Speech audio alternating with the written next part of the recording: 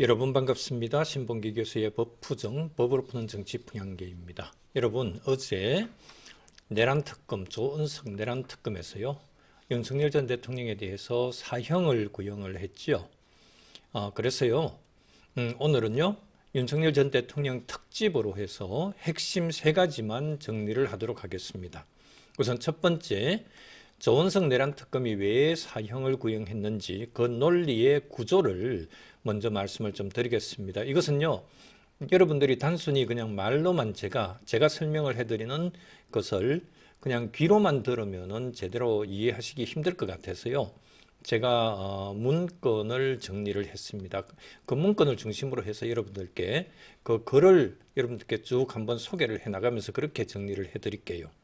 그리고 두 번째, 지기현 재판부 1심 선고가 사형, 무기 또는 불성립, 즉 무죄 이렇게 3개 중에 어디로 갈 가능성이 큰지에 대해서도 한번 여러분들과 말씀 나눠보도록 하겠습니다. 그 다음에 세 번째, 만약요 내란죄가 유죄가 나오면은요 국민의힘은 정당 해산을 리스크까지 맞게 됩니다. 그리고 제가 오래전부터 주장해왔던 소위 두 집 살림 해법이 왜 현실적이었느냐라고 하는 것까지도 여러분들께 말씀을 좀 드리겠습니다.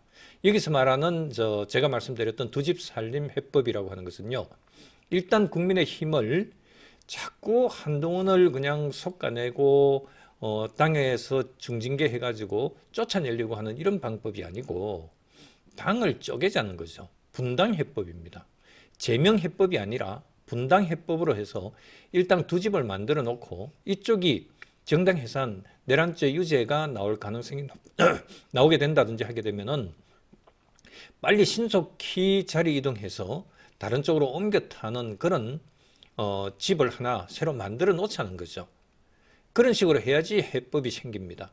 그렇게 하지 않으면은 한동훈 친한계를 몰아내고 제명시키고 그 다음에 국민의힘은 국민의힘대로 그대로 남아있는 상황이라면은요 나중에 진짜 정당 해산 그 심판 청구가 되고 심리 그 다음에 정당 해산 설마 정당 해산 될까 이렇게 국힘 의원들 지도부에서는 그렇게 얘기를 하겠지만은 어떻게 그것을 장담합니까? 헌법재판소가 어떻게 지금 결론을 어떤 식으로 낼지 어떻게 합니까?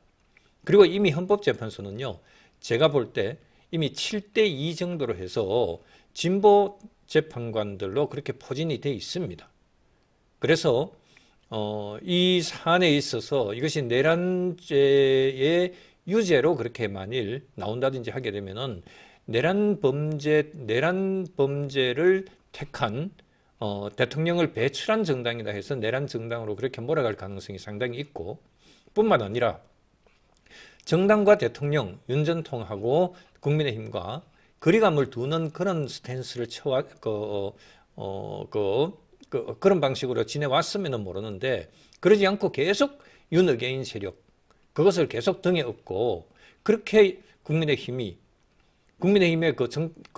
지금 주도 세력들이 윤어게인 세력들로 그렇게 구성이 되어 있는 그런 상황이잖아요. 그것을 또 버젓이 더 그것을 강조하면서 그렇게 드러내고 있지 않습니까?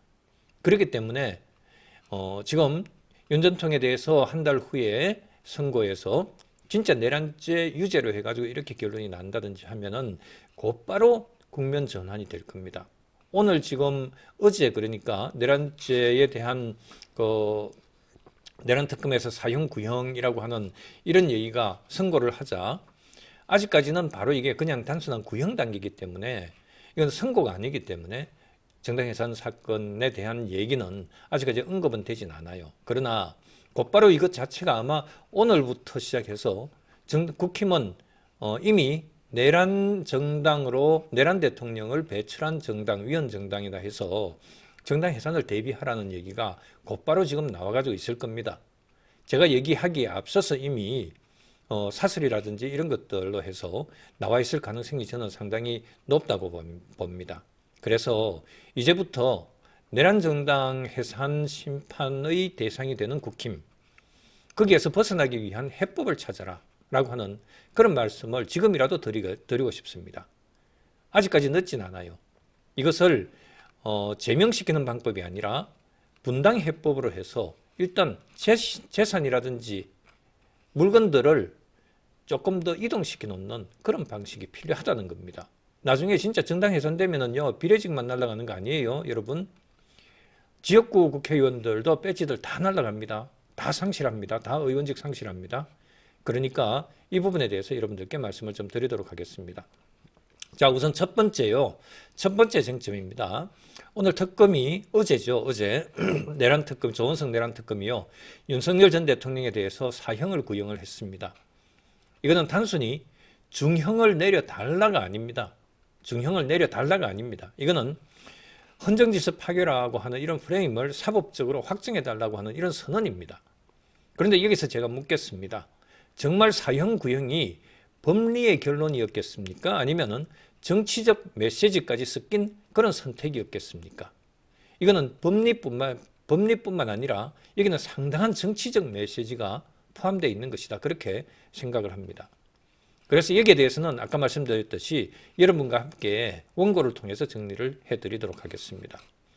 제가 참 처음에 시작하면서 여러분들께 말씀을 드리려고 그렇게 했었는데 또 타이밍을 놓쳤네요. 원고를 올리기 전에 그걸 할게요. 어제도 그저께인데요. 잊어먹었는데요. 제가요. 아름다운 나라님, 우리 저 멤버십 회원님이십니다. 슈퍼챗 큰 금액 보내주셨습니다. 감사드립니다. 아름다운 나라님. 그리고 어제는 또 항상 우리 일일 자율구독료 보내주시는 콜드블루님, 신보경님 감사 말씀드리겠습니다. 자, 이제 바로 첫 번째 주제에 한번 들어가 봅시다. 자, 여러분들 같이 봐요. 같이 이렇게 관심을 가지고서 한번 쭉 한번 같이 보도록 하겠습니다. 조원석 내란 특검이 사형 구형의 법리 구조와 정치적 파장 이렇게 했습니다. 이거 보시면서 이렇게 여러분들도 뭐 일하시면서 기독량 해서 그렇게 하셔도 되겠습니다만은 이렇게 보시면서 같이 공부하듯 이렇게 보면은 훨씬 더 이해가 쉬울 겁니다. 제가 한 10개 정도로 이렇게 나누었어요. 첫 번째, 조원석 내란 특검이 사형 구형을 한 의미가 무엇이냐, 어떤 의미 부여를 하면서 사형 구형을 했느냐라고 하는 것을 한번 살펴보죠. 이거는 형량 제한이 아니라 헌정질서 선언이다. 이렇게 사형 구형하면서 그렇게 얘기를 했어요. 그리고 형량 제한이라고 하는 게 지금 사실 의미가 없어요. 왜냐하면은 여러분들 지금 내란죄로 해가지고는 내란 우두머리라고 하는 것이 사실은 이게 아주 뭐 좀 투박스러운 그런 표현인 것 같지만은 내란 수괴라고 하는 말이죠. 내란 우두머리로 이렇게 법에는 규정이 되어 있거든요. 형법에는 내란 우두머리에 그 내란죄가 성립이 되면은 내란 우두머리는 사형, 무기징역 또는 무기검거 이렇게만 딱 선택할 수 있도록 되어 있어요. 그래서 진짜 그야말로 제가 여기 썸네일에 썼습니다만은 이거는 진짜 그야말로 갈림길입니다. all or nothing. 그러니까 사형이냐 무기징역이냐 또 무기검거냐 이것 아니면 무죄다. 이렇게 지금 all or nothing이에요. 그렇기 때문에 이거는 뭐 형량 제한이라든지 이런 걸 할 필요가 없는 그런 지금 범죄 행위로 되는 거예요. 그래서 사형 구형을 하긴 했습니다만은 그래서 이제 더 우리가 더 관심을 갖는 것이 진짜 내란죄가 성립되는 게 맞느냐?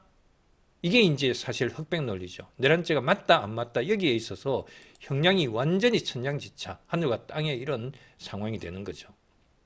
만일 내란죄가 성립이 안 된다 그러면은 그냥 내란죄는 그렇게 해서 구성요건 불충족으로 해서 무죄가 될지 모르지만은 직권남용이라든지 뭐 이런 각종 뭐 이런 행위들 이런 것들을 해가지고 그렇게 해서 처벌받는 그런 어떤 형법상의 다른 범죄로 해가지고 그렇게 처벌받는 것은 가능해요. 그러면 이제 형량은 훨씬 더 가벼워질 수는 있는 거죠. 자, 이제 본격적으로 말씀 나눠보도록 그렇게 하겠습니다. 자, 보십시다. 조원석 내란 특검이요, 윤석열 전 대통령에게 내란 우두머리 혐의로 사형을 구형한 것은요, 단순한 형량을 높여달라는 이런 통상적인 구형의 차원을 넘어선다고 말씀드릴 수 있겠습니다. 이번 그 사형 구형은요, 사건의 법적 성격을 헌정질서 파괴 범행으로 최종 확정해달라고 하는 일종의 선언적 구형이라고 볼 수 있습니다. 특검이 내세운 논리는요, 분명합니다. 윤석열 전 대통령은 대통령에게 부여된 헌법 수호 의무, 헌법 제66조의 헌법 수호 의무를 정면으로 위배했다. 그리고 범행의 성격이 중대하고 반성이 없고 감경할 사유도 없으니까 법정형 즉 사형, 무기징역, 무기금고 중에 최저형이 아니라 사형이 마땅하다는 것입니다. 그렇게 지금 논리 구성을 했어요.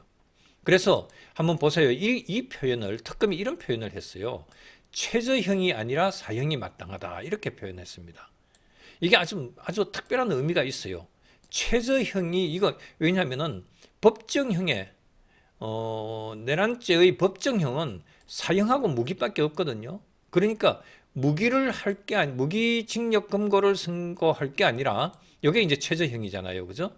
최저형이 아닌 사형 두 가지 선택 중에서 사형 최저형이 아닌 사형을 선택을 하는 게 선고를 하는 것이 마땅하다 이렇게 지금 주장을 했습니다. 두 가지 포인트를 우리가 주목을 할 수 있는데요. 조은석 특검이요. 우선 첫 번째 그 포인트는요. 특검은 이번 사건을 단순한 직권남용이나 위법한 통치 행위가 아니라 국가의 기본 질서를 겨눈 내란 범죄로 규정을 딱 하고 있습니다. 내란 범죄 성립됐다 전제를 하고 있습니다. 둘째로 내란죄가 성립한다는 판단이 내려지게 되면은요, 바로 형량의 선택지는 사실상 사형 또는 무기로 급격히 좁아지게 되죠. 그래서 내란죄는 형법 구조상 예를 들면은 뭐 징역 10년이니 20년이니 뭐 30년이니 이런 어떤 징역형의 소위 기간제 징역형의 그런 구조 자체가 없어요. 중간지대가 거의 없죠. 그래서 all or nothing이라는 거예요. 그래서 내란죄가 성립이 인정이 되면 무조건 중형으로 사형 무기로 이렇게 직행을 하게 된다는 거죠. 그래서 이번 사건은요, 이미 유 아니면 무 all or nothing이죠. 그런 구도로 흘러갈 수밖에 없는 성격을 가진다는 겁니다. 따라서 사형 구형의 충격은 너무 과하다는 이런 감정적 반응을 낳을 수 있기는 하지만 법리적 관점에서는 결국 내란죄 구성 요건이 충족되느냐 여부 그것이 1차적인 관문입니다. 만일 내란죄 구성 요건이 충족된다 이렇게 판단을 하기만 하면은 그 다음에는요 왜 사형이냐 왜 무기이냐 이 양형 전쟁은 2차 관문으로 이렇게 넘어가게 됩니다. 그래서 뭐 일단 인정이 되면은 사형이냐 무기냐 이것은 뭐 그 다음의 문제고 사실은 가장 중요한 문제가 내란죄 구성 요건을 충족하느냐 안 하느냐 이게 가장 심각한 중요한 그런 핫 이슈입니다. 특검에서는 유죄라고 이렇게 구성을 했어요. 내란죄를 목적 행위와 실행 행위로 분해를 해서 이렇게 결합을 했습니다. 목적도 있고 실행으로도 나섰다. 원래 내란죄 그 구성 요건은요, 여러분 이렇잖아요. 국헌문란의 목적으로 폭동을 야기한 자 이렇게 돼 있잖아요. 그러니까 목적으로 국헌문란의 목적으로 그 다음에 실행 즉 그 폭동을 야기한 자 이렇게 실행이라고 하는 것. 이 두 개가 내란죄의 성립 요건이거든요. 그래서 특검에서는요 이렇게 이제 이슈는 이렇게 딱 두 개입니다. 하나는 국헌문란의 목적이 있었느냐, 또 하나는 국헌문란 목적을 위해서 폭동을 실행했느냐. 이게 지금 사실은 가장 단순한 질문입니다. 내란죄에 있어서는 요 두 개만 충족시키면 돼요. 내란죄 구성 요건은요, 내란죄 구성이 되면은 결국 구성이 되려면은 먼저 목적범의 형태를 가집니다. 그 목적, 즉 국헌문란의 목적이라고 하는 것, 국헌문란을 향해서 폭동이 실행되었는지가 핵심입니다. 그래서 저는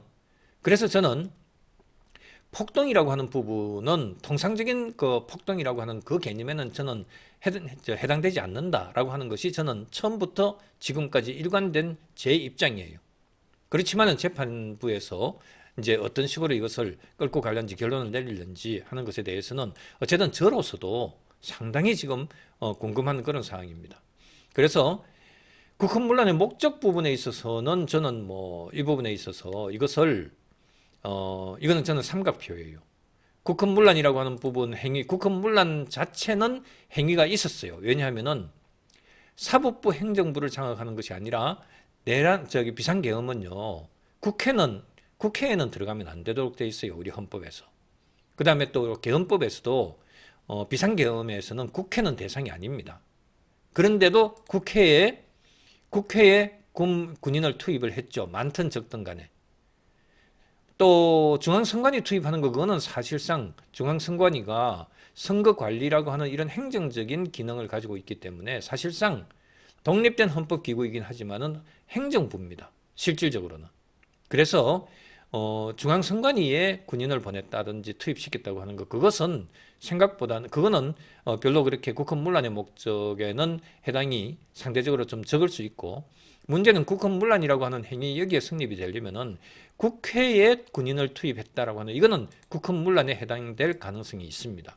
그런데 이제 과연 목적범이냐라고 하는 부분에 있어서, 국헌문란의 목적이냐, 목적을 가지고 있었느냐 하는 그 부분에 있어서 사실은 성립 여부에 있어서는 상당히 혼란이 있을 수 있습니다. 이론이 있을 수가 있습니다. 뿐만 아니라 국헌문란의 목적으로 폭동이 실행됐느냐, 폭동을 이야기했느냐, 이 부분에 있어서는 저는 비상계엄이 있었던 그날 당일부터 시작해가지고 제가 YTN 그 방송할 때부터, 인터뷰할 때부터요, 저는 이 폭동 부분에 있어서는 저는 오히려 이거는 상당히 인정하기가 어렵지 않겠느냐, 이렇게 저는 계속 판단을 해왔고, 지금까지도 이 부분에 있어서는 일관되게 폭동으로 볼 수는 없다, 이렇게 저는 지금도 똑같은 입장입니다.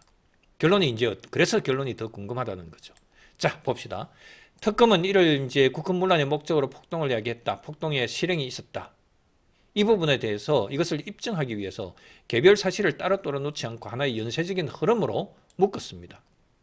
한마디로 국헌문란의 목적으로 해가지고 비상계엄, 국헌문란 목적 해가지고 이것을 연결시켜가지고 마지막에 폭동이라고 하는 것까지 하나의 일련의 과정으로 해서 이렇게 폭동까지 이어졌다, 이렇게 지금 특검에서는 주장을 하고 있어요.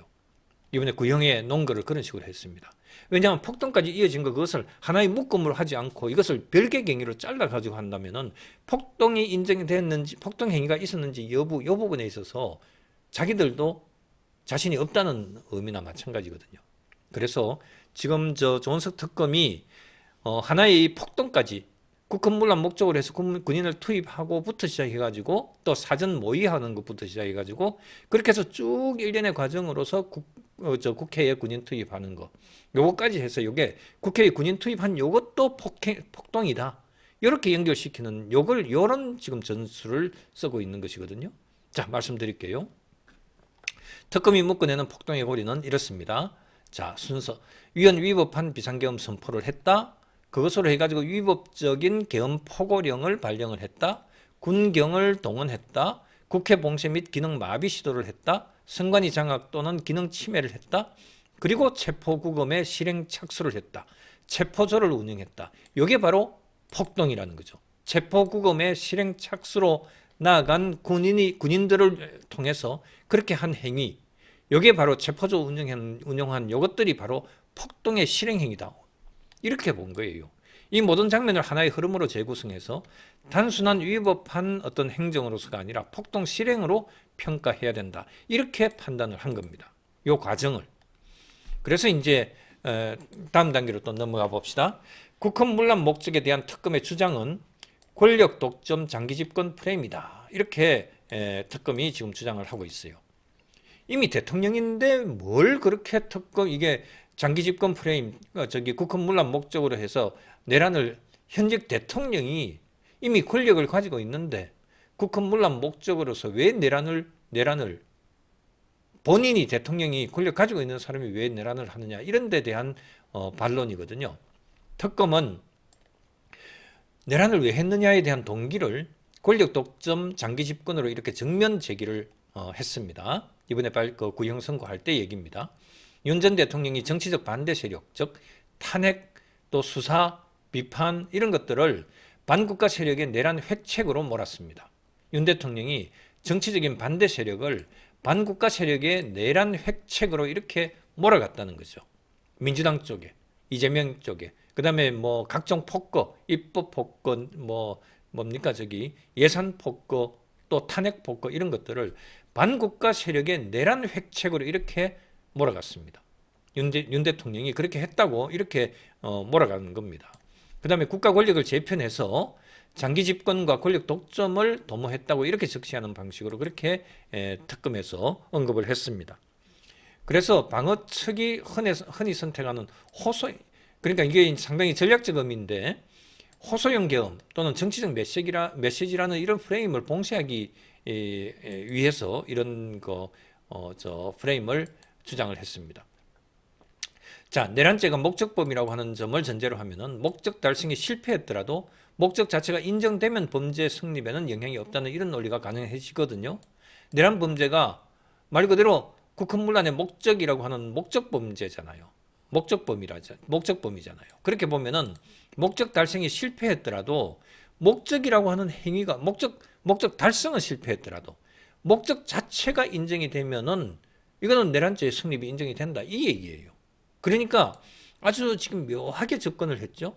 내란죄의 국헌문란의 목적이 있으면은 실행이 완벽하게 이루어지지 않았다 하더라도 내란죄는 성립이 된다는 얘기예요. 그런데 이제 우리는 제가 이제 내란죄 성립 안 된다는 이런 입장에서는 뭐냐 하면은 내란죄 자체는 목적범이긴 한데 국헌문란의 목적으로서 목적범이긴 한데 그 목적범으로서의 내란죄가 성립이 되려면은 국헌문란의 목적이라고 하는 심적인 내심적인 의사만 있음으로 해가지고 성립되는 것이 아니고 여기에 이것을 겉으로 드러내는 폭동이라고 하는 행위가 함께 이루어져서 그것이 실행으로 이어졌을 때 그게 내란죄의 성립이 되는데 지금 여기서 내란 특검에서는 다르게 보는 거죠. 폭동행위까지는 사실은 이거는 완벽하게 폭동행위를 완벽한 행위로서의 행위 요건으로 조금은 행위 요건의 성격을 조금 덜 보더라도 국헌문란의 목적만 있으면은 이거는 이미 내란죄의 성립 요건을 충족한다. 이렇게 지금 몰고 가려고 하는 거예요. 아주 요 미묘한 차이가 있거든요, 여러분. 그래서 다시 한번 방금 제 설명을 듣고 다시 한번 보십시오. 내란죄가 목적범이라고 하는 것을 전제로 하면은 목적 달성이 실패했더라도 즉 완벽한 폭동이 있든 없든 간에 즉 내란의 목적을 실패했다 하더라도 폭동을 통해서 실패했다 하더라도 목적 자체가 인정이 되면 범죄 성립에는 영향이 없다. 이 논리를 지금 주장을 하고자 하는 거예요. 그래서 결국 특검의 목적론은 계엄을 헌법기관의 정상 작동을 멈추게 하려는 목적 행위로 이렇게 계엄을 탁 바꿔버린 거죠.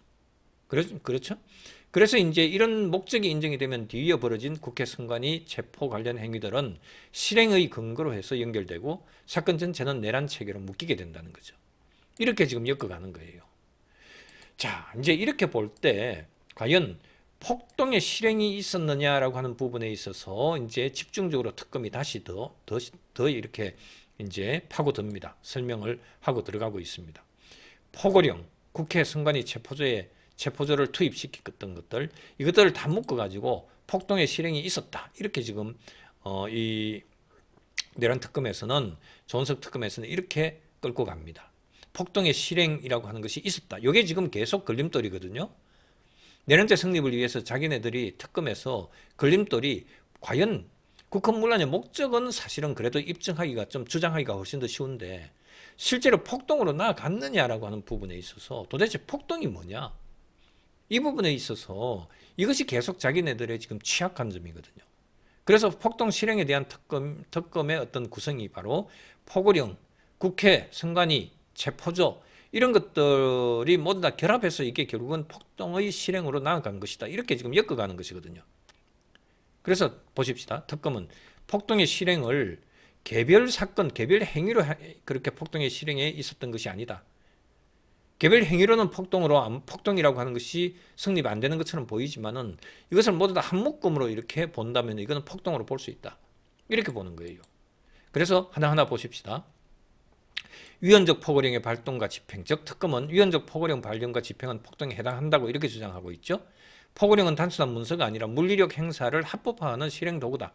권력 행사의 스케치, 즉 이게 하나의 어떤 구상으로서 포고령으로 해가지고 포고령을 근거로 해서 폭동이 실행될 수 있는 물리력이 실행될 수 있는 그 근거가 되니까 일단 포고령을 폭동을 하기 위한 폭동에 해당되도록 하기 위한 일종의 사전 스케치한 것이다. 이렇게 지금 보는 거예요. 그 다음에 국회 봉쇄 및 계엄 해제 의결 방해하는 행위. 이거는 이제 실제의 실행으로 보는 거죠. 군경을 동원해서 국회를 봉쇄하고 비상계엄 해제 의결을 방해하려고 한 부분은 공소사실의 정중앙에 해당이 되는 것이고 이것은 민주주의에서 가장 핵심인 의회 기능의 중단 시도로 평가될 수 있다. 그래서 폭동 기능에 해당이 된다. 그 다음에 선관위 기능 침해하고 점거했다. 하는 부분입니다. 헌법기관, 선관위는 헌법기관이고 선거질서의 핵심인데 특검은 선관위에 대한 물리력 동원이 국가 안전과 국민 자유의 본질 침해라고 이렇게 규정을 하면서 이 부분을 단순 그 선관위 시설에 대한 침입이 아니라 헌법기관의 무력화라는 이런 것에 무게를 부여를 합니다. 그러니까 선관위에 대한 그 물리력 동원 또 침입하고 군인이 들어가고 했던 것들 이것들은 뭐 국헌 문란 행위에는 성립이 되는 것으로 이렇게 볼 가능성은 있어요. 근데 선관위의 법적 성격이 뭐냐? 법적 지위가 행정부의 연장선상이다. 옛날에는 선거 관리가 행안부에서 했잖아요. 옛날에는 그러니까 내무부에서 선거 관리를 했거든요. 그런데 이것을 이제 헌법적으로 독립을 시켰잖아요. 이것은 결국은 실질적으로 선거 관리라고 하는 것은 행정의 일부라는 그런 의미거든요. 그래서 이거는 실질적인 행정기관이다. 이렇게 생각한다면 사실은 국헌 문란의 직접적인 연결이 직접적인 연관이 된다. 이렇게 단정적으로 동그라미 치기는 조금 어려워요. 저는 그래서 선관위에 물리력 동원했다, 군인 투입했다 하는 것은 이것은 저는 그 국헌 문란이라고 하는 행위 부분에 있어서는 여기는 삼각표를 저는 개인적으로는 치고 있습니다. 자, 그 다음에 체포구금 시도했던 거, 체포조 운영하고 했던 거, 즉 특검에서 뭐 한동훈 체포, 그 다음에 우원식 국회의장 체포, 또 누굽니까 뭐 이재명 체포 이런 식으로 해가지고 바로 어디 특별한 장소에 구금하라 이런 식으로 했던 이 얘기들 그걸 계속 부각을 시키고 있잖아요. 그래서 특검은 반국가 세력 인사 신병 확보 목적 체포조라는 이런 표현을 사용을 합니다. 그래서 주요 정치인 관계자에 대한 영장 없는 체포구금을 폭동의 실체로 연결시키고자 하고 있는 거죠. 또한 특검은 이 부분에서 단순한 추정이 아니라 메모, 수첩 등 물증을 제시해서 실행 단계에 옮겼다고 하는 것을 강조를 하는 겁니다. 결국 특검은 포고령에 의해서 국회를 봉쇄하고 선관위를 침탈하고 체포조를 운용했다라고 하는 요 일련의 과정을 폭동의 연쇄적인 결합으로 해서 내린 내란 실행 행위로 이렇게 연결을 시키는 겁니다. 여러분들 이해하셨죠? 사실은 내란의 실행 행위, 즉 폭동을 야기한 자, 폭동 행위에 해당이 되는지 여부가 계속 어쨌든 자기네들 주장에 걸림돌이 되니까 폭동을 개념 정의하기 위해서 폭동이 있었다, 폭동의 실행이 있었다라고 하는 것을 인정받기 위해서 포고령을 근거로 해서 국회 봉쇄를 했다, 선관위 침탈했다, 체포조 운영했다. 이것이 결국은 폭동의 연쇄적인 이런 결합 행위로서 내란 실행에 해당이 된다. 그러니까 내란의 실행, 즉 폭동을 야기한 자라고 하는 그 폭동의 개념을 충족시킨다. 이렇게 논리 구성을 하고 있습니다. 이것을 인정하게 되면요, 사건은 통치의 실패가 아니라 헌법기관에 대한 공격으로 평가될 수 있기 때문입니다. 자, 그 다음에 내란죄가 이제 비상계엄 선포하고는 여기뿐만 아니라 비상계엄 선포하기 이전 단계에 모의 준비하는 행위가 있었다는 거죠. 이걸 계속 또 주장을 했잖아요. 그죠? 이거는 적극적으로 3대 폭거, 입법 폭거, 내란 폭거, 탄핵 폭거 이런 것들에 대해서 또 어딥니까? 용산 대통령실에 완전히 특활비를 영원 만들고 하는 이런 사실 좀 무모하게 너무 과하게 그렇게 했던 것들 이런 것들에 대해서 적극적으로 비상계엄 선포한 것이 아니라 상당히 처음부터 계획적이었다. 그 계획은 비상계엄 방식으로 한 내란 행위를 계획했다. 이런 식으로 지금 또 몰아가기 위한 이런 주장을 하고 있습니다. 즉 모의 준비의 선행성이라고 하는 것을 또 주장을 하고 있어요. 특검이 이 사안의 무게를 끌어올리는 또 하나의 축은 계획성이라고 하는 것을 주장을 하고 있습니다. 2023년 10월 이전부터 내란을 준비했다는 시간표까지 제시하면서 적극적인 국면 수습이 아니라 계획된 실행이라고 하는 점, 즉 이것을 고의범죄로 해서 이렇게 몰아가겠다는 거죠. 그러니까 국헌문란의 목적이라고 하는 거기에 목적범으로 해서 처음부터 예비 업무를 했다, 모의 준비했다 이런 식으로 해가지고 끌고 가겠다는 거예요. 그러면은 이제 내란죄에 이게 이제 인정을 받게 되면은 오히려 상당히 불리한 윤 대통령 입장에서는 상당히 불리하게 되죠. 이 주장은 방어측 즉 그러니까 윤 전 통 쪽에 대리인 쪽의 그 단골 논리인 현장 지휘는 참모가 했고 대통령은 상징적인 결정만 했다는 이런 프레임을 꺾어버리는 거죠. 사전 대통령이 나서서 처음부터 내란을 준비했다, 모의 준비했다 이렇게 하는 것으로 해가지고 하면은 그냥 현장 지휘는 적극적으로 비상계엄 선포했고 사실상 비상계엄을 내란으로 보는 것이니까 비상계엄 내란을 적극적으로 행했고 대통령은 그 뒤에 있었지 그 군부들이 그렇게 현장 지휘했다. 이런 식으로 법무부 장관, 국방부 장관하고 이런 사람들이 한 것이지 대통령은 뒤에 있었다. 이런 식으로 주장하는 것에 대해서 그것을 꺾기 위해서 주장을 하는 겁니다. 계획이 앞서 있었다면 단순한 우발적이다, 미숙한 행정행위다 이런 식으로 축소하기 어려워지는 것은 당연하죠, 그죠? 그 다음에 양형과 관련해서 한번 볼게요. 왜 사형 양형을 했느냐? 특검의 양형 논리는요, 내란죄에 있어서는 감경 사유가 없습니다. 이번 이 사안에 대해서는 감경 사유가 없다. 그 다음에 재판 계속 진행하고 하면서 반성 없다. 헌법 파괴의 상징성이다. 이것을 이제 갖다 들이붙입니다. 특검에서는요, 대통령이 헌법 수호 책무를 먼저 꺼내고 계엄 선포가 그 책무를 정면으로 저버린 행위라고 하는 점을 강조를 하고 있습니다. 피고인이 반성하지 않는다면 양형 참작 요소가 없으니 최저형이 아니라 사형이 마땅하다 이렇게 얘기했죠. 그 다음에 특검은 또 단순한 행위의 위법성 이것을 떠나서 사회적 파괴 효과를 양형 요소로 올려놓고 있습니다. 전두환 이후에 계엄이 갖는 충격, 군경의 또 신뢰 손상, 계엄 이후에 수사 탄핵으로 이어지는 또 사회 갈등, 대규모 찬반 집회, 법원 폭력 사태, 결국 누굽니까? 전광훈 목사 결국 구속영장 발부가 됐잖아요, 어제. 법원의 폭력 사태 등 이런 것들이 모두 다 결국은 이게 감경 논리, 감경 사유가 없다고 하는 입증을 논거가 되는 거죠. 특검은 실제 사상자가 적었다는 이런 변론, 윤 전 통측에 실제 사상자도 없었고 신속하게 계엄 해제 요구에 대해서 신속하게 바로 계엄 해제를 하고 이런 것들에 대해서 반론을 제기하는 거죠. 사상자가 적었다 이렇게 변론을 하고 있지만은 그럼에도 국가 기본 질서의 안전이라고 하는 것, 의회, 선거, 사법을 직접 겨눠서 그렇게 했다고 하는 것이죠. 이게 사법이라고 하는 것은 법원 폭력 사태, 그 다음에 선거에 있어서 선관위, 그 다음에 사회 갈등, 또 국회, 기관, 국가 기본 질서, 기구, 의회 침탈이라고 하는 것. 그래서 내란죄의 보호법이 단순한 개인의 생명, 신체만이 아니라 헌정 질서 그 자체라는 이런 논리하고 연결을 시키고 있는 거예요. 뭐 나름대로 애를 쓴 거죠. 논리를 구성하려고 애를 많이 썼습니다. 이제 언론이나 뭐 칼럼이나 SNS 같은 이런 데 보니까 여기에는 지금 상당히 그 반응이 크게 나뉘어지고 있어요. 여러분 한번 제가 이것을 또 정리를 해봤습니다. 정치권의 반응은요, 최고형이 불가피하다 또는 침묵과 거리두기를 하고 있다. 최고형이 불가피하다는 이런 정치권의 반응은 민주당 쪽의 입장입니다. 국힘에서는 사과도 하고 이렇게 했으니까 공식적으로 여기에 대해서 강하게 반론 제기하기도 사실은 쉽지 않을 거예요. 그러니까 국힘에서는 공식 입장을 어제 제가 이것을 확인할 때까지는 공식 입장을 안 냈어요. 말을 아끼는 그런 모습을 보이고 있습니다. 그래서 윤 전 대통령하고 거리두기를 통해서 정치적 비용을 절감하려는 이런 계산, 그리고 또 지지층을 자극하지 않으려는 그런 거리두기를 하고 있다. 국힘 쪽에서는 그렇게 보입니다.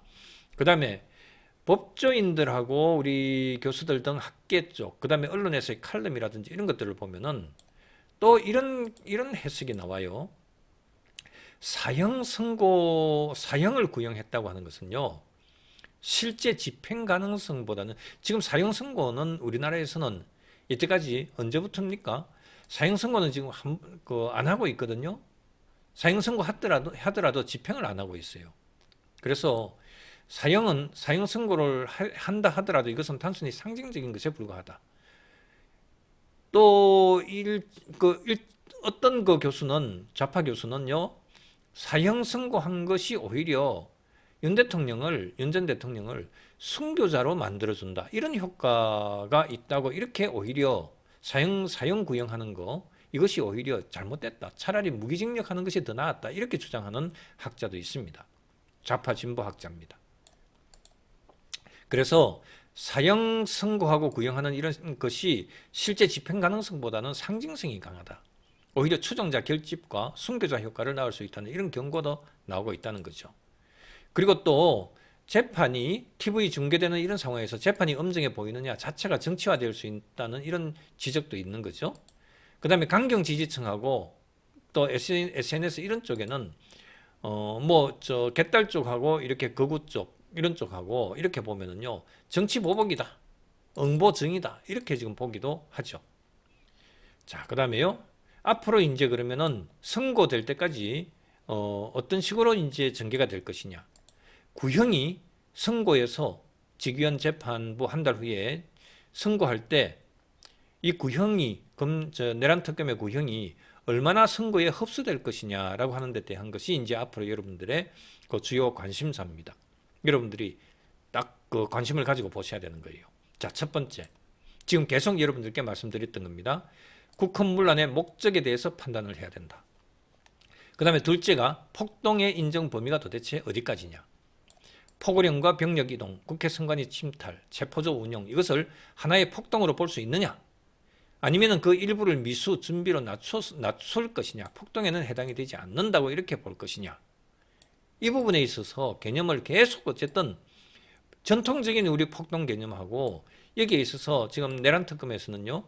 이 전통적인 폭동 개념하고 이것을 완전히 폭동 개념을 다른 것으로 지금 변질시키려고 하고 있거든요. 그러니까 이 부분에 있어서 어떻게 결론이 날지 상당히 관심이 있습니다. 그 다음에 이제 세 번째 양형인데요. 봐요. 사형은 상징성이 크지만 집행 가능성이 낮다. 전두환 사건처럼요. 1심에서 사형 선고했어요. 상급심에서 무기로 감형했어요. 최종 무기로 해서 그렇게 끝났습니다. 이번 사형 구형은요. 형벌의 끝이라기보다는 민주주의를 흔든 최고 권력의 범죄를 어디까지 국가의 범죄 행위로 기록할 것인가 라고 하는 이런 소위 사회적 판결문 초안이다. 이렇게 성격 규명을 하기도 합니다. 자, 특검이 이제 계속 퍼즐을 지금 쌓아가고 있어요. 지시가 있었다는 진술이라고 하는 이런 것들을 막 끌어모아 가지고 이것이 결국은 이제 그 국헌문란의 목적으로서 결국은 이제 일련의 포고령부터 이제 그 뭡니까 체포조 운용하는 거 이것까지 해가지고 이것을 폭동으로 연결시키는 이 지시라고 있었다. 지시가 있었다. 대통령의 지시가 있었다. 모의가 없었다 얘기하지만은 지시가 있었다. 대통령의 발언을 왜 언론에서 계속 검찰에서 뭡니까 법정에서 내란 특검 쪽에서 왜 이 주장을 계속하느냐? 대통령이 싹 다 잡아들이라고 했던 이런 지시가 있었다. 이 발언들이 왜 나오느냐 하는 것들을 여러분들이 이 얘기가 왜 자꾸 등장하냐 이렇게 여러분들 생각을 좀 의아하게 했을 겁니다. 대통령의 지시에 의해서 행해졌다라고 하는 것은 이것은 사전 모의에 의해서 이거는 체계적으로 차곡차곡 이렇게 진행된 것이다. 이것을 지금 논증하기 위해서 그렇게 한 것이거든요. 그다음에 의원들을 체포하라는 이런 지시, 그리고 정치인 신병 확보 시도를 둘러싼 발언 등 이런 것들이 모두 다 실행 단계의 고의성을 강화하는 이런 방식이었다는 거죠. 그렇게 해서 특검 입장에서는 이 정언들이 체포조 운용과 국회 기능 정지가 실행 단계에 들어갔다는 이런 연결고리를 성공시키기 위해서 그렇게 지금 주장하고 있는 겁니다. 그런데 반대로 변호인단은요.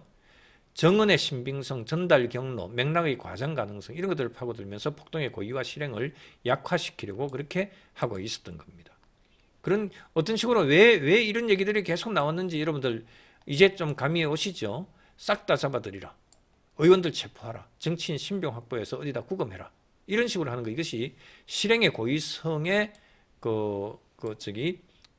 실행의 고의성을 인정하기 위한 그런 신문이었다. 이렇게 보시면 됩니다. 실제로 그래서 이게 그러면서 이제 예를 들면 누구를 막 이게 싹 다 잡아들이라 이게 진짜 어느 단계에서 대통령 단계냐 아니면 그 밑에 그 김용현 국방부 장관 단계냐 뭐 이런 식으로 대통령으로부터 직접 지시를 받았니 안 받았니 이런 얘기가 나오는 이유가 바로 이것 때문이에요. 자, 결론적인 이런 구형을 놓고 결론적인 구형 내용을 놓고 결론적인 말씀을 드릴게요. 사형 구형은 형벌의 끝이라기보다는 이제 헌정 질서의 선을 다시 걷는 그런 시도다. 특검은 계엄을 국가긴급권의 오남용이 아니라 헌법기관을 멈춰 세우려고 한 폭동으로 엮었습니다. 그리고 사회는 이것을 정의의 신호로, 위험한 또는 선동의 소재로 이렇게 사회에서는 읽혀집니다. 남은 것은 이제 법원의 판결문인데요.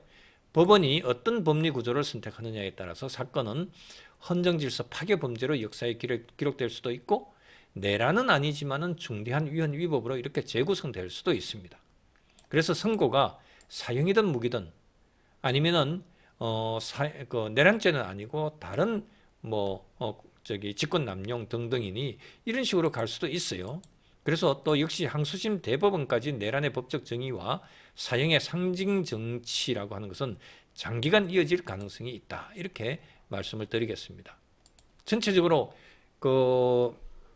사형 구형한 내란 특검의 그 내용을 여러분들 이제 대체로 쭉 대강 여러분들 되게 양이 많았습니다만은 지금 40분이나 했어요. 40분이나 진행되면서 사형 구형한 내란 특검의 구형 내용을 여러분들께 쭉 정리를 해드렸는데, 이게 엄청나게 어제 열 몇 시간을 이렇게 한 거예요. 그렇게 이제 나온 것을 제가 이렇게 40분으로 정리를 했으니까 그래도 여러분들이 요 40분으로 정리한 것으로 해가지고 여러분들이 이해를 하시면 되겠습니다. 그러니까 내란 쪽에서는요, 특검 쪽에서는요, 어떻게 하든 내란죄의 성립 요건을 충족시키려고 한다. 그러니까 이제 각종 신문 과정에서 있었던 발언들, 이것들을 모두 다 지금 내란죄 성립 요건, 즉 구성 요건, 국헌문란이라고 하는 행위에 성립되고, 그 다음에 국헌문란의 목적이 있었다, 목적범으로 갖다 붙이고, 싹 다 잡아들였다, 등등 이런 식으로 해가지고 목적범으로 갖다 붙이고, 그 다음에 또 그 다음에 포고령부터 시작해가지고, 그 다음에 실제 체포조 운영하고, 그렇게 했던 것들, 이것들을 모두 다 폭동을 이야기한 자, 폭동 개념으로 해서 그렇게 엮으려고 하는 것, 그것이 내란 특검에서의 그런 이번 구형의 논거입니다. 그래서 변호인 쪽에서는 하나하나 모두 다 그게 다 논박은 하고 있는데, 이것을 모두 다 특검의 구형 주장을 직위원 재판부에서 이것을 그대로 다 받아들일 수는 없겠죠. 지난번에 지금 그런 기억이 나요. 윤 전 대통령에 대해서 헌법재판소의 탄핵 심판 단계에서 모두 다 이것은 아니야 했는데 제일 마지막 단계에 가서 이거는 헌법 위반의 중대성이 인정이 된다 해가지고 특정 한두 개만 탁 집어가지고는 헌법 위반의 중대성에 해당이 돼. 헌법 위반의 중대성이 있으면은 탄핵 인용 사유야. 그래서 탄핵 인정 이렇게 갔거든요. 그래서 처음에 헌법재판소에서 선고를 할 때 이랬습니다. 문영배 소장 대행이 선고를 할 때 이거는 인정되지 않는다. 이런 식으로 쭉 나갔을 때 이거 탄핵 기각되나 하면서 기대를 가졌었거든요. 근데 제일 마지막에 가서 한 개인가 두 개인가를 이거는 헌법 위반의 중대성이 인정이 돼. 헌법 위반의 중대성이 인정이 돼 하는 순간에 탄핵 인용이거든요. 지금 이번에 내란 특검에서도 직위원 재판부에서 선고할 때도 지금 구형 사유가 지금 여러 개가 있잖아요. 그죠? 여러 개가 있잖아요. 크게 나누면은 국헌문란 행위에 해당이 되느냐, 국헌문란의 목적이 있었느냐, 그 다음에 국헌문란의 목적으로 실행에 옮겼느냐, 즉 폭동을 야기시켰느냐. 요 세 개의, 간단하게 얘기하면 요 세 개의 구성 요건에 있어서 이것을 하나하나 이렇게 깨어 맞춰가요. 그래서 국헌문란의 목적이 있다 없다 있을 수도 있겠다 하는 식으로 해서 인정. 이것도 목적범 인정. 그런데 가장 심각한 그 쟁점인 폭동이라고 하는 부분에 있어서 하나하나 이렇게 엮어갈 거예요. 포고령부터 그다음에 선관위 보내고 법원 보내고 국회에 보냈던 군인 보냈고 했던 것들 등등 이렇게 하고 마지막에 누구 체포조를 이제 짜가지고 누구 잡아들이고 일정한 장소에 모두 다 구금시키고 이런 식으로 하는 이 하나하나를 이것을 모두 다 폭동이라고 하는 개념에 해당이 되느냐 여부 판단할 때 뭡니까? 포고령 발령했던 거 이거는 위헌적인 포고령이긴 하지만은 이거는 폭동 개념에는 해당이 되지 않아. 선관위에 보낸 거, 선관위는 행정기관이기 때문에 해당이 될 수 있어. 실질적으로 행정기관이기 때문에 이거는 선관위 군인 보낸 거 이거는 문제 없어. 비상계엄에 해당 행위 요건이야. 근데 국회 보낸 부분에 있어서는 이거는 국회까지는 이거는 과잉 행위를 했기 때문에 이거는 위반 행위야. 이런 식으로 해가지고 나중에 가서 내란죄 해당이 된다. 마지막에 가서 아니야 하다가 마지막 단계에 가서 이거는 폭동에 해당이 돼. 이런 식으로 갈 가능성이 저는 있다 생각이 들어요. 문제는 이제 그런데 직위원 재판부가 폭동 행위가 있었다고 이렇게 인정을 하는 순간에 어떤 문제가 생기느냐. 이거는 사형 무기징역 무기금고밖에 없다는 게 문제예요. 그래서 지금 직위원 재판장이 완전히 머리를 싸매고 있는 거죠. 본인이 지금 완전히 딜레마에 빠져 있는 거예요. 그래서 제가 이제 두 번째 쟁점을 이렇게 정했습니다. 봐요. 썸네일에 보면은 사형, 무기, 무죄 갈림길에 있다. 이게 누구의 갈림길입니까? 직위원 재판장의 갈림길이에요. 자, 말씀드릴게요.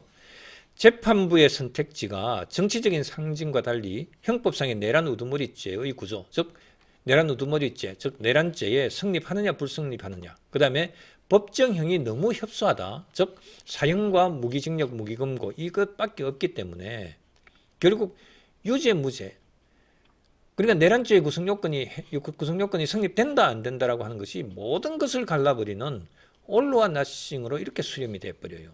그래서 1심 선고가 이제 지금 D-30으로 돼 있잖아요. 앞으로 이제 1심 선고 때 어떤 식으로 결론이 나올 것인지가 사실은 제일 이게 궁금해요, 사실. 직위원 재판부에서 아까 제가 말씀드렸지만은 이거 해당이 안 돼 하면서 마지막에 가서 은 하나 탁 잡아가지고 폭동에 해당이 돼. 그렇게 하면은 국헌문란의 목적, 그 다음에 국헌문란 목적으로 폭동을 야기한 자. 그래서 내란죄에 해당이 돼. 이렇게 가버릴 가능성이 상당히 있을 것 같아요. 그 다음에 이제 사형 선고했으니까 무기징역 또는 무기금고 이런 식으로 해가지고 이제 무기징역을 하겠죠. 무기징역 선고를 하면서 그다음에 나중에 정치적으로 그렇게 풀어나갈 가능성이 있다는 거죠. 그럴 것 같아요. 제가 볼 때는. 그래서 이제 직위원 재판부가 어떤 선택을 할 것이냐라고 하는 것을 세 개 정도로 나누어서 한번 보겠습니다. 1심 선고에 있어서 세 가지 시나리오를 단순하게 법리적으로만 딱 보면은요. 어쨌든 1심에서 사형 선고라고 하는 것은 충분히 사형 선고, 이거는 구형을 했듯이 구형을 그대로 받아들이면 사형 선고로 가는 거죠. 법리적으로 내란 우두머리로서 국헌문란의 목적이 있다. 그 다음에 폭동 실행을 인정을 한다. 그렇기 때문에 대통령 지위를 악용했다. 재발의 위험과 사회적 충격이 있었다. 반성을 하지 않는다. 해가지고 모든 것을 다 충족시켰다고 봤을 때는 바로 사형 선고 가능해요. 그런데 거기까지는 제가 볼 때는 안 갈 것 같아요. 선고에서는 안 갈 것 같아요. 지금 문제는요, 그것이거든요. 선거에 지금 민주당이나 이재명 대통령이 지금 직위원 재판부에 그렇게 지금 정신을 눈을 부라리고 지금 쳐다보고 있는 것은 무기징역이냐 사형이냐 이것에는 별 관심이 없어요. 내란죄가 성립되느냐 안 되느냐 이거거든요. 그래야지 그 다음 단계, 그 다음 스텝이 정당해산이잖아요. 이런 것까지 그 다음에 차곡차곡 하려면은 내란죄가 성립되냐 안 되냐, 사형이냐 무기징역 무기금고냐 이거는 별 관심이 없어. 이미 내란죄가 성립되면은 사형 무기 중에서 선택을 하는 것이니까. 그래서 제가 말씀을 드리는 거예요. 그래서 더 중요하다. 자, 그 다음에 지금 특검에서도 그렇게 얘기를 했어요. 지금 사형 주장을 하면서 헌정질서 파괴를 전두환 노태우 단죄보다 더 엄정하게 해야 된다. 그거는 옛날 그 군사독재 시기 이후에 그때 상황이었기 때문에 그렇다 치고, 지금은 공직 엘리트가 헌법을 파괴했다. 그렇기 때문에 오히려 더 해서는 안 되는 일이었기 때문에 더 극형에 처해야 된다. 이렇게 지금 선고를 했습니다. 그러면서 이거는 조금 정무적인 이런 이제 의미를 부여를 해요. 뭐냐면은 한국이 사실상 사형 미집행 국가다라는 이런 현실을 특검 스스로도 인정을 합니다. 언급을 했어요. 사형은 그 집행 그 자체보다 공동체의 범죄 대응 의지라고 하는 것을 부각을 시키면서 사형 선고한 것을 정치적 의미로서 그렇게 상징성을 밝혔습니다. 어떻든 그런 점을 제가 여러분들께 말씀드립니다. 그 다음에 직위원재판부에서 무기징역 또는 무기금고를 선고할 가능성도 있어요.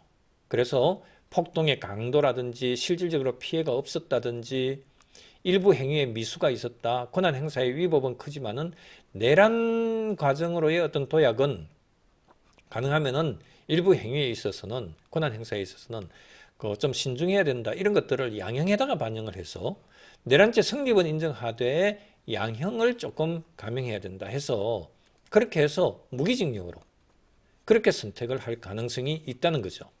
이것이 바로 구형했던 구형에 있어서 사형에 대한 그 부분을 좀 사회적으로 완충시키기 위한 이런 의도가 있다고 볼 수 있습니다.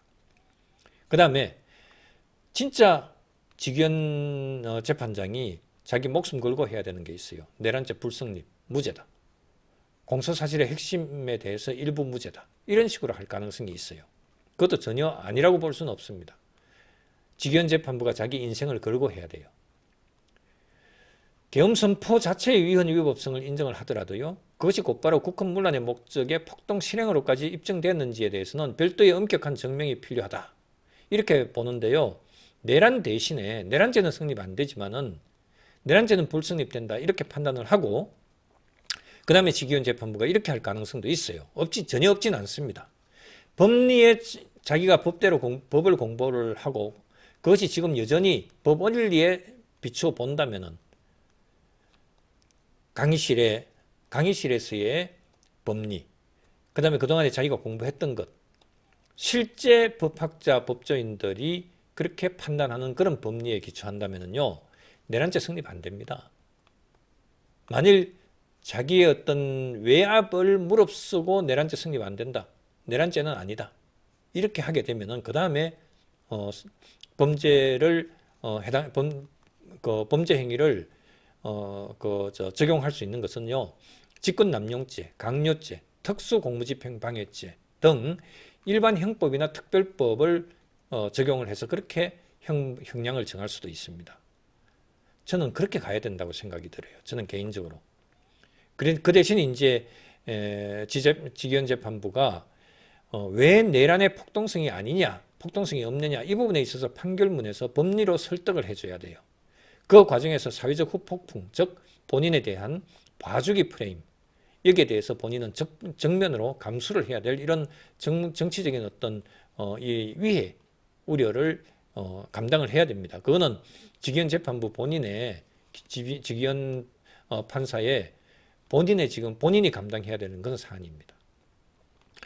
과연 직위원 재판부가 무죄를 할 수 있느냐라고 하는 이런 핵심은요, 용기보다도 항소심에서 살아남을 판결문을 만들어야 되는 겁니다. 항소심에서 지금 그걸 하겠다는 거 아니에요. 내란 전담재판부 만들어가지고 그렇게 항소심에서 무죄가 나오더라도 항소심에서 뒤집겠다 하고 지금 이렇게 겁박을 하고 있잖아요. 그걸 안 뒤집히도록 선고를 제대로 해야 돼요. 그게 지금 직위원 재판부가 내란죄는 해당이 되지 않는다라고 하는 이 논거를 단단하게 해가지고 그렇게 항소심 1심 선고를 해야지, 내란 전담 재판부가 항소심에서 만들어진다 하더라도 거기에서 항소 기각되는 이런 결과를 이끌어낼 수 있도록 그렇게 해야 된다는 거죠. 또 다른 이제 우려가 있습니다. 무죄 선고를 한다든지, 그러니까 내란죄 무죄 부분을 선고를 하게 되면은 법관을 공범으로 처벌하겠다 이런 얘기 직위원 재판부로 겁박을 많이 했잖아요. 근데 이거는 역풍 맞을 겁니다. 그죠? 국힘에서 이제 사실 그러면 어떻게 취해야 되느냐, 어떤 그 액션을 취해야 되느냐, 현실적으로 가능한 전략이 참 윤어게인식의 무력 반발은 사실은 할 상황이 못 되죠. 실제로 정강 구속되고 뭐 이래가지고 그것도 전술적으로 못 합니다. 그래서 이제 국힘에서는요, 사법 절차를 수용하고 결과가 어떻게 나오든 당의 생존 그 전략을 써야 됩니다. 그러면은 사실은 제가 사실 두 집 살림하는 그거 제가 주장했던 그것을 받아들여야 됐어요. 또 내란 불성립으로 가기 위해서 법리적인 방어 논리를 계속 주장을 해야 됩니다. 그 다음에 당 내에서 이 내란 성립 안 된다, 내란죄 성립 안 된다. 비상계엄이 무슨 내란이냐. 이것에 대해서 반대하는 이런 목소리가 여기저기서 막 그냥 분출되고 있는데 여기저기서 분출되고 있는 그것을 한 목소리로 그렇게 메시지를 통합을 해야 된다는 거죠. 그 통합 못하고 지금 제각기 그런 소리 떠들고 있으니까 지금 이 부분이 해결이 안 된다는 겁니다. 그래서 사법 절차는 존중하겠다. 그러나 헌정 질서도 역시 존중하되 계엄의 위헌성은 확인하는데 내란 법리에는 성립 안 된다. 이런 식으로 해서 국힘에서는 대응을 해야 될 필요가 있다는 거예요. 자, 이제 시간이 많이 지났는데요. 유죄면은 정당 해산 현실화된다라고 하는 이 부분에 대해서 시간 조금 여러분들 몇 분 더 주십시오. 한 10분 정도만 더 주세요. 제가 이 부분에 대해서 여러분들께 설명을 좀 해드리겠습니다.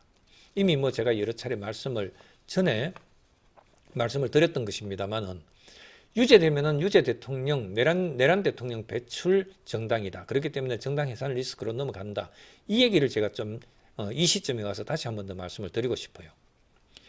자, 그동안 제가 오래전부터 주장해왔던 것 여러분들 다 기억하시죠? 그죠?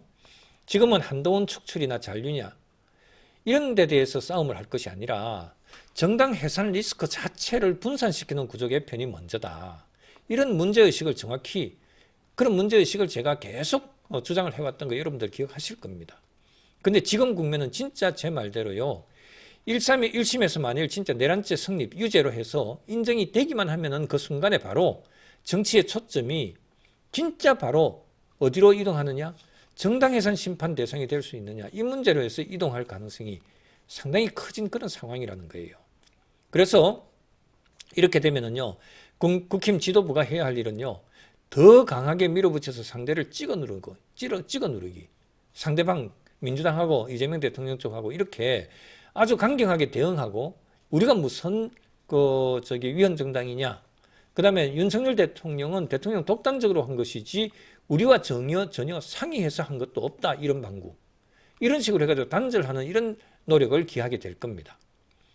그래서 당 전체의 생존을 위한 헌법적인 방어선 구축을 지금 국힘에서는 해야 될 그런 상황이라는 거예요. 그런데 장동혁 체제는 그동안에 완전히 반대로 해왔죠. 지금 국힘당이 지금 서 있는 곳이 정치적인 위기가 아니라 헌법적 위기라고 하는 이런 사실 그 자체 그렇게 저 역시 경고를 해왔음에도 불구하고 이런 경고를 완전히 외면하고 있었습니다. 그래서 한번 보십시오. 우선 첫째로 이제 곧바로 지금 내란죄 이제 한 달 있으면 선고를 하잖아요. 저는 오늘부터 이미 내란죄 유죄로 해가지고 사형 구형을 했다고 하는 이것 때문에 국힘에 대한 위헌정당 얘기, 위헌정당으로서의 위헌정당 내란 대통령을 배출한 위헌정당. 옛날에 정청래 기억나죠? 동물하고 사람이 아니다 그랬죠. 동물하고 대화를 안 한다 이렇게 얘기를 했었죠. 국힘을 사람 취급 안 하는 이런 정당으로 이렇게 또다시 매도하는 발언이 나올 수가 있습니다. 그래서 이제 지금 시점은요. 위헌정당 심판으로 들어가게 되면은요. 이거는 정당의 생사기로에 돌입하게 되는 겁니다. 이 말씀을 먼저 드릴게요. 정당 해산 심판이라고 하는 것은요. 욕 좀 먹고 지지율 좀 떨어지자 이런 정도의 문제가 아니죠. 그것은 정당이 헌법 질서에 반하는 조직으로서 이렇게 인정이 되면은 바로 그 정당 자체가 역사에서 완전히 소멸하는 삭제되는 그런 절차가 바로 정당 해산 심판 절차입니다. 위헌 정당으로 해산되면 곧바로 파국으로 이르게 되죠. 정당 재산은 국고로 귀속되고 당의 간판은 법적으로 소멸하고 또 의원직 문제까지도 연쇄적으로 흔들리게 됩니다. 통진당 그 해산 선례가 이미 이 점을 명백히 보여줬어요. 그러니까 정당 해산 가능성이 논란이 되는 순간 지도부가 해야 할 일은 딱 하나입니다. 정치적 승리가 아니라 정당의 법적 생존 문제에 천착해야 된다는 거죠. 그런데도 장동혁 체제는 어디를 보면서 달려왔습니까? 이렇게 정당의 생존 문제들 함께 고민하고 그 전략을 세운 것이 아니고 제가 그렇게나 얘기를 했잖아요. 그런데도 당권을 장악하는 그런 기술, 그 방법, 당권 장악에만 몰두를 해왔잖아요. 오늘 1시간 넘어갈게요. 여러분 양해하십시오. 그래서 그동안 제가 주장해왔던 소위 분당, 국힘을 분당시켜라. 제명시키고 하는 것이 아니라 분당을 시켜라. 두 집 살림 해법, 이걸 제가 그동안에 주장을 해왔잖아요. 제가 그동안에 주장해왔던 두 집 살림 해법이 왜 지금 현 시점에 보니까 얼마나 이성적이고 합리적이었습니까? 두 집 살림, 즉 분당 방식은요, 장동혁 본인이 패배하는 것이 아니에요. 하나의 전략이에요. 정당 해산이라고 하는 최악의 리스크를 구조적으로 분산시키는 일종의 보험 드는 방식이었어요. 그런데 그걸 거부하고 외면했잖아요. 지금 국힘 안에는 이미 노선이 서로 다르죠. 헌법을 중심에 두고 보수의 재건을 말하는 이런 그 세력이 있는 반면에, 즉 친한계죠.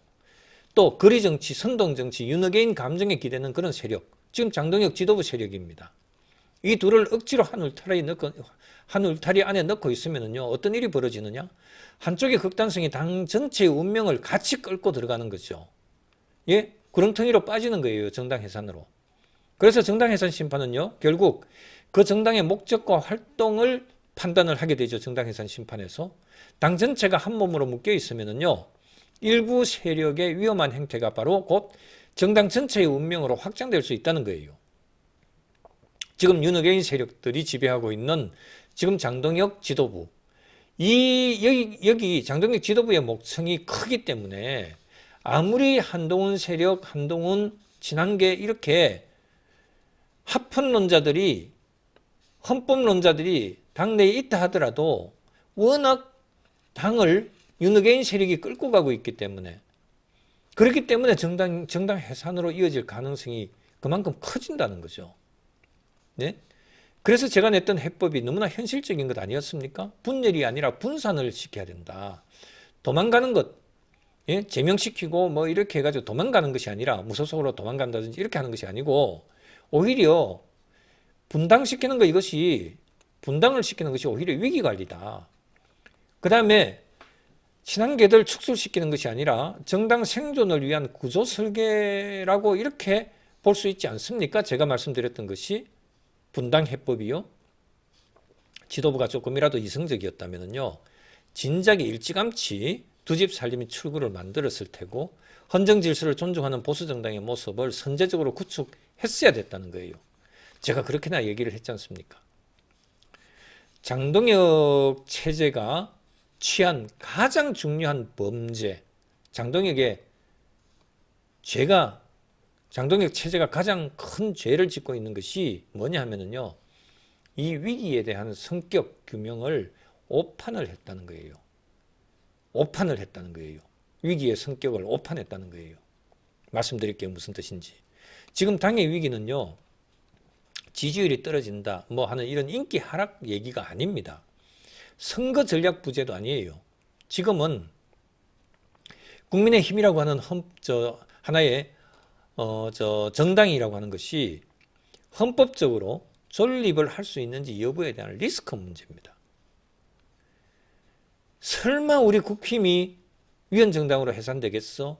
너무나 안이한 생각, 너무나 만만디 생각, 이렇게 해왔던 거, 아무리 민주당이 저렇게 국힘을, 보수를 이렇게 겁박을 하더라도 설마 정당 해산까지 시키겠어?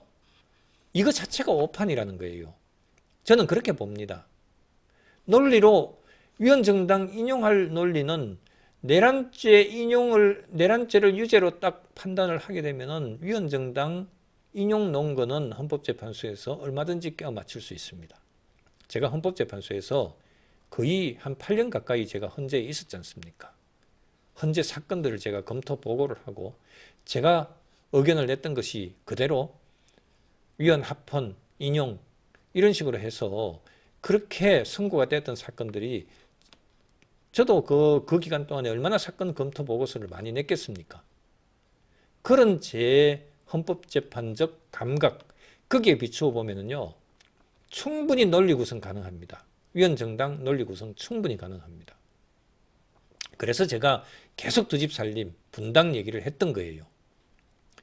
그런데 장동혁은요, 이 위기 앞에서 당대표의 최대 덕목인 책임을 지겠다, 책임을 해결하기 위한 이런 노력을 기울인 것이 아니라 가장 값싼 기술, 초딩 방식의 내부 제거, 정적 제거, 한동훈 축출, 이런 방법만 계속 반복을 했죠. 강경한 징계, 줄 세우기, 충성 경쟁, 비판자 찍어내기 이런 방식으로는요 단기적으로는 당권을 강화하는 것처럼 보일 수는 있는데 정당 해산이라고 하는 폭풍이 다가오면은요 그 방식은 당을 지켜주는 방패가 아니라 당을 통째로 불태우는 이런 성향이 됩니다. 정치 지도자는요 내가 이기느냐 하는 것을 먼저 보는 사람이 아니에요. 당이 살아남느냐 그것을 먼저 계산하는 그런 사람이 정치 지도자가 되는 겁니다.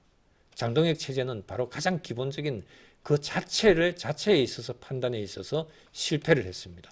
이거 자체가 장동혁 체제의 원죄라고 저는 생각을 합니다. 그래서 당권 투쟁이 아니라 정당의 생존이라고 하는 것이 지금 현 시점에 국힘의 본질이라고 하는 것을 깨달아야 됩니다. 지금이라도 국민의힘이 생존하려면 어떠한 전략을 써야 되는지 제가 말씀을 결론적으로 드릴게요. 제가 계속 주장해온 것은 친한계 살리기 이걸 제가 주장해온 것은 아니잖아요. 과하다. 단계 사건 이런 걸로 해가지고 몰아내기 하는 거 이것은 너무 심하다. 이거는 그렇게 주장을 했던 것이지 친한계를 살리자. 어떻게 하면 살리느냐. 그 목적으로 해가지고 제가 그렇게 막 온갖 그 논리도 안 되는 것을 제가 주장하고 그랬던 것이 아니잖아요. 제가 주장해왔던 것은 국민의힘이라고 하는 이 정당을 위헌정당이라고 하는 헌법적 파국에서 구해내는 이성적인 제도 설계를 제가 해왔던 겁니다. 지금이라도 국힘이 살 길은 많지는 않지만은 그래도 살 길을 찾아야 돼요. 내란죄 유죄가 선고되면 곧바로요 정당 전체가 심판대 위로 끌려 올라갈 수 있다는 이런 공포는 단순한 공포에서 끝나는 것이 아니라 이거는 현실이 됩니다. 그런데도 지도부가 더 강하게 밀어붙이자, 더 세게 징계하자 이런 말만 반복한다면요 그거는 당을 살리는 리더십이 아니라 당을 함께 매장하는 본인만 죽으면은 괜찮아요. 당을 통째로 매장시키는 그런 리더십을 강구하고 있는 겁니다. 장동혁 체제는 정치를 하고 있지 않아요. 법적 재난을 불러오는 그런 당 운영을 해오고 있습니다. 그 결과가 바로 정당 해산 논란으로 이어진다면요, 그 책임은 외부가 아니라 내부, 즉 당을 살릴 마지막 구조조정조차 거부하고 했던 당권 장악만을 위해서 칼만 휘두른 지도부에게 가장 먼저 책임을 물어야 됩니다. 그리고 그때가 오면은요, 제가 그동안 주장해왔던 두 집 살림이야말로 가장 이성적이고 가장 현실적이었고 가장 책임 있는 해법이었다는 것을 결국 뒤늦게 증명하는 그런 길이 될 겁니다. 여러분 어떻습니까? 내란 특검의 사형 구형 이거는요 적어도 저는 지금 아니야 사유들을 구형 사유에서 그렇게 쭉 풀어나가다가 마지막에 가가지고 이거는 폭동에 해당이 돼. 그래서 내란죄 성립은 해당이 돼. 내란죄 성립만 되면은 내란죄의 내란 우두머리에 대한 그 범죄의 뭡니까 양형은요 사형하고 무기밖에 없습니다. 내란죄가 성립만 되면은 사형 무기밖에 없어요. 너무나 큰 이 선택의 기로에 서게 되는 거죠. 그래서 저는 그래도 온갖 비난을 무릅쓰더라도 직위원 재판부에서 설마 내란죄 인정을 할까 이렇게 생각을 저는 그래도 기대를 크게 지금 갖고는 있습니다만은 그래도 여전히 가슴 구석에는요 직위원 재판부가 조그마한 것 가지고 폭동에 해당이 돼 내란죄 성립이 돼 이렇게 결론 내릴 가능성이 있을 것 같다는 생각이 들어요. 결국은 굴복한 거죠. 그래서 더 두려운 것은 내란죄가 성립이 되면은 사형 무기밖에 없다는 거예요. 그러니까 그게 더 심각한 이런 그 판단의 결과가 그렇게 나온다는 거죠.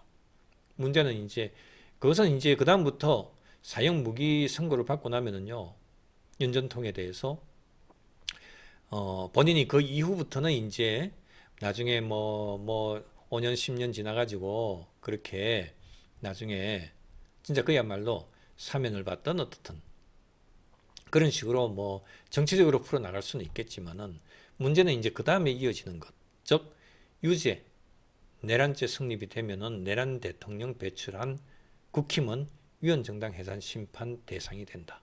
실제로 또 위헌정당으로까지 이어질 가능성이 전혀 없는 것은 아니다. 헌법재판소의 재판관 구성 비율을 보면은 적어도 6인 내지 7인, 여러분들 9명 중에서 6인 이상이면은 위헌 결정할 수 있거든요. 그러니까 6인 내지 7인이 이미 친 이재명, 친민주 이쪽에 지금 진영에 서 있는 사람들이거든요. 재판관들이.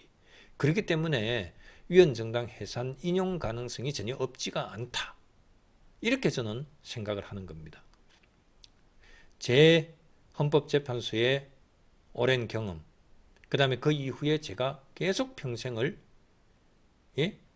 정년 때까지 지금 그렇게 그런 관점에서 공부를 해와서 그렇게 내리는 결론입니다. 자, 이렇게 마치겠습니다. 여러분 감사합니다.